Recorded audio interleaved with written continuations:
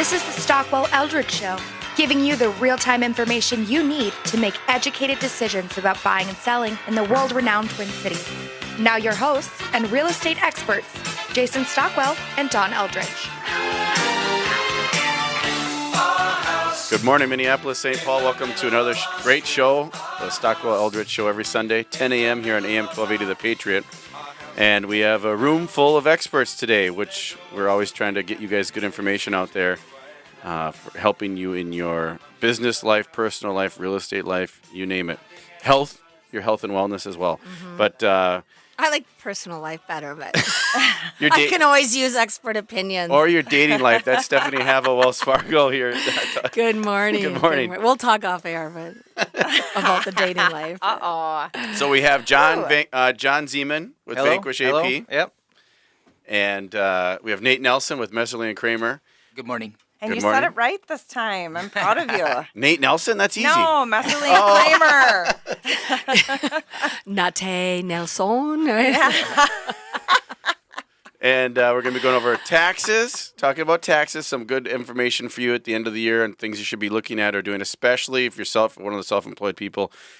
You probably, I look forward to the end of the year for Christmas and family stuff, but man, the end of the year is tight and tough on self-employed because that's when your taxes, if you're like me and you didn't make all of the payments or any of the payments you were supposed to throughout the year, it can be a tough end of the year.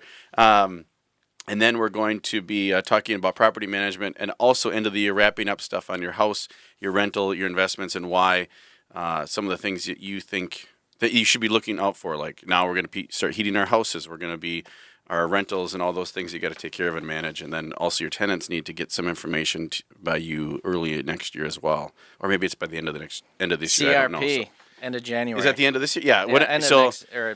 Beginning of next year. But that's why we have John, because when you have rentals, you don't always keep up with that. And if you don't get those forms out, it can cost you. But anyway, market update. Dawn, what's happening in the real estate market? Well, the market's seen a little bit of an uptick, I think, over the last couple weeks. Yes, we had a little bit of a weather's dip. helped, I huge, think. isn't it? Yep. We've been very blessed lately. Yes, what happened to the big snow that, everyone's supposed to be the worst not year in a say the long S time word. for winter and cold, and here we are, it's November and It's nice. I Yeah. love Amazing. it. So great.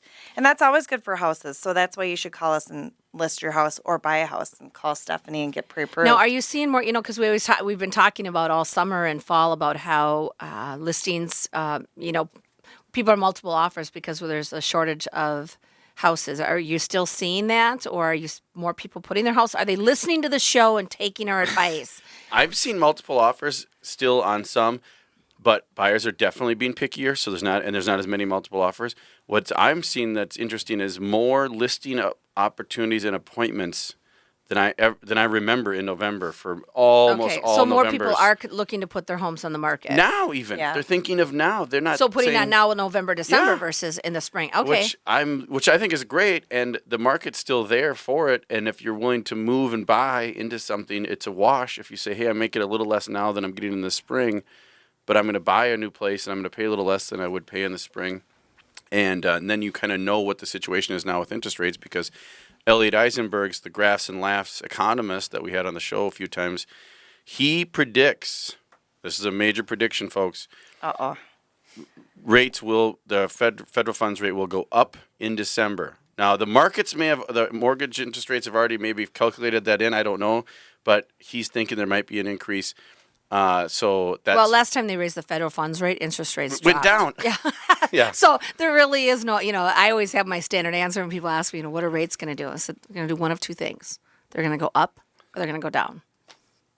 I know, there you go. Or stay the same. You heard it here first, folks. But anyway, so that might be what people are doing, or the weather might be part of it, or I don't know. It's kind of cool to go on appointments now, and when you kind of anticipate not doing as many listing appointments in the winter, but we're having them, which I think is great. Yeah, I think so too. So thank you for listening. Thank you for listening to the advice and having us out there to give you opinions and Well, I can recommendations. talk. I mean, we see it in our banks as well. Our pre-approvals. I mean, just my team and the territory that I manage, the amount of pre-approvals, the people that are coming in to, get pre-approved, or a lot of people are, refinancing, taking cash out to do home improvements because they're, thinking Yep. about, maybe they can do just a small home equity, or even getting cash out. A lot of that going on. consolidation and. My neighborhood, there's probably 3 houses just in about a 2-block section that all did a major remodel this last summer, and actually one's still going on. And that's what they're probably doing. And I talked to another family in Richfield, and they are staying. They were going to buy a new place. They're doing a loan, getting an addition put on, and staying because they like the house so much and the location so much. And I'd be curious. I don't know. I really haven't looked at like the employment rates or whatever, but we're just seeing a lot more millennials. So I don't know if just, the word is getting out.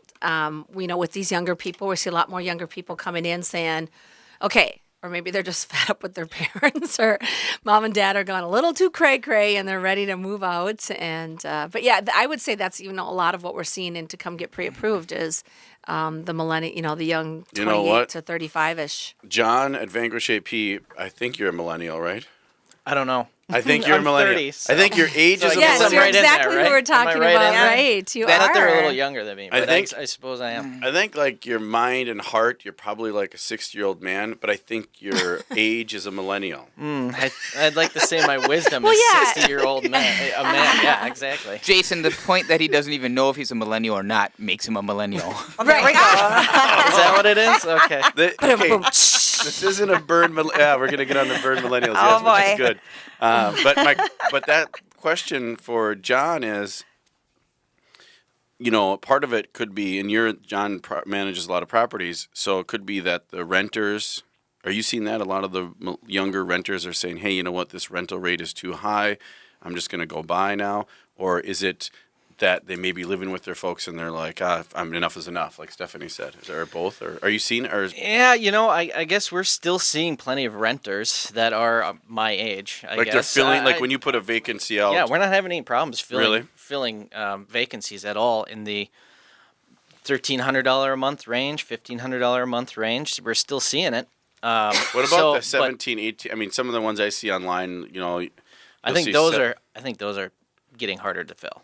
Really? I think there's just too much supply. more competition on that. Yeah, there's a ton of. I mean, they've been building like crazy for the past 4 years now with that type of rent. It seems like it's getting oversaturated to me. So In the newer ones that are Yeah. Your one bedrooms, $1,700, $1,800. yeah. Yeah, I think there's a lot of competition out there for those. So I don't think those are getting filled as fast.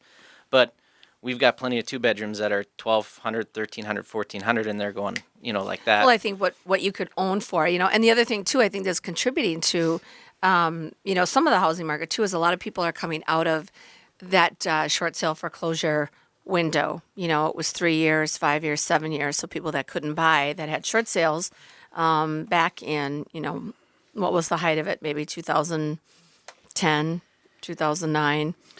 Yep, there was. So You read my mind, Stephanie. That was one Yeah. of the things I wanted to touch on today, and they call them Boomerang Buyers. Mm-hmm. And we talked about it probably 6-7 months ago. But part of the recovery for housing is because Boomerang Buyers, the people that we all suffered through the depression or the recession. And, which was depressing. Yeah.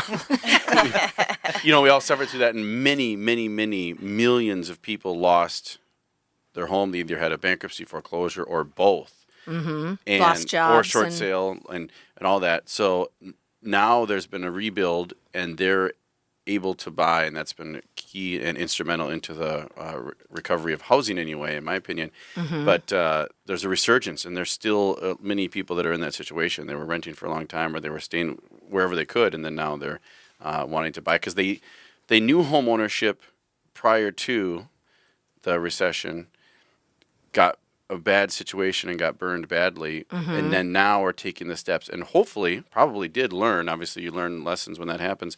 And then now they're maybe doing it properly. Have you worked on or anybody with a Boomerang Buyer? Because when my experience with a Boomerang Buyer early this spring was, they were very conscious of the price, the location, and they had money to put down. So that tells me they were doing it so that if anything happened again in the marketplace, they wanted to be as ready as possible and protected as possible to make sure they didn't have to go through that again. They weren't just going out there and saying, "Yep, we're back," whatever, Yeah, and we see, we see that a lot, and I think a lot of people are feeling more stable in their jobs. There's more security with the company and the jobs that they're in and so forth. But yeah, and we always tell people, we'll qualify you for the maximum amount, and some people are like, oh, don't, it's like, you don't have to go out and spend that. We're just letting you know, and the reason why they do that is I'm sure you guys could attest to it. Let's say you're approved for $175,000. Okay, well, I only want to spend $150,000. Okay, well, that's fine. If you get in negotiations and it's Sunday night at 10 o'clock and you come back and say, okay, they'll do it at $155,000.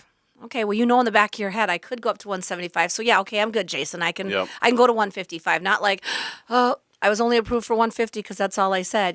Kind of know what your maximum range is. That doesn't mean you have to spend it, but it goes along with that smart buying, because I think the mentality was back in the day, it was keeping up with the Joneses. What? I can buy a $250,000 house? Rock on, thinking they're never going to have a car payment, or they're not going to have kids, or, anything like that. So I think you're right. The buyer is getting more savvy and so forth. Yeah, I actually had two of my own people that I did a short sale for purchase this last year, and that was Nice. really fun to be able to take them out, because when they went through the short sale, it was so emotional, and they were really down on the housing industry. Yep.